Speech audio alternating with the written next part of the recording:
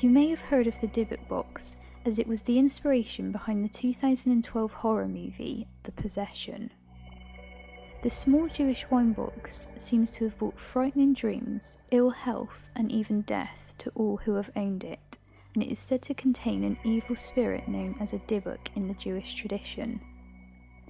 The box is said to have originated from a woman called Havela, who was a Jewish Holocaust survivor from Poland. She bought the box in Spain before she emigrated to America.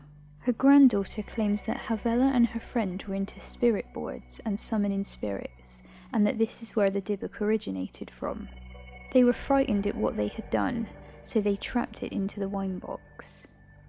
After Havela died in 2003, it was purchased from her family by an antiques dealer called Kevin Manis in Portland, Oregon.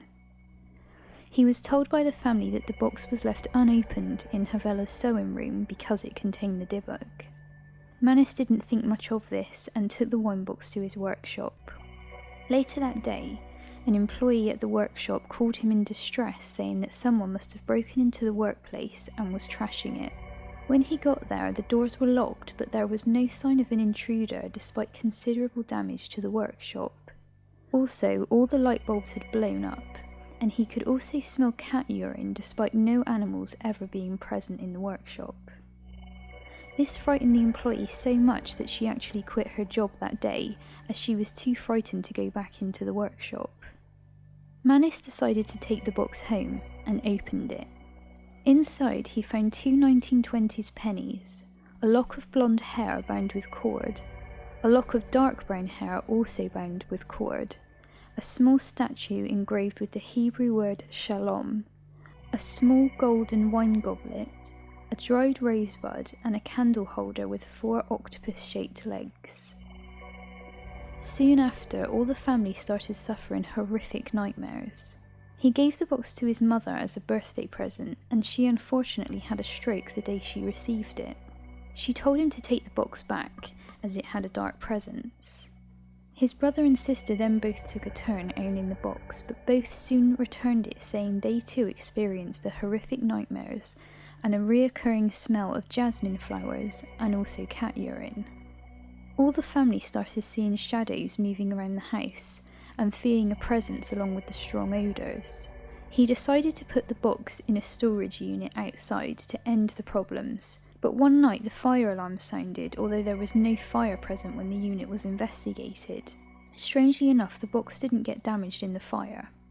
By this point, Manis was too frightened to destroy the box in case it made the Dybbuk stay with him, so he decided to sell it on eBay with a disclaimer to anyone who might know how to handle the situation.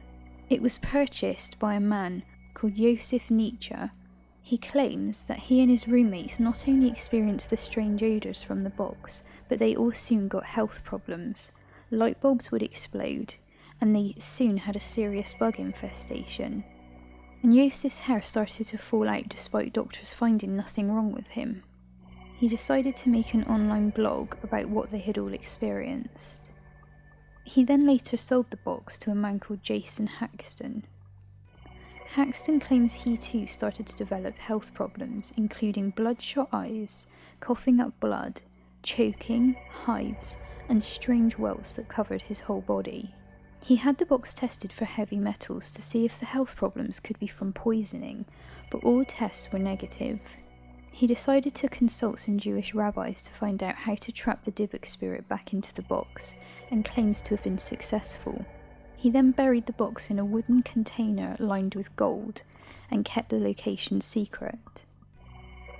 If you're interested to hear more details of what happened to Haxton, he wrote a book about his experience called The Dybbuk Box.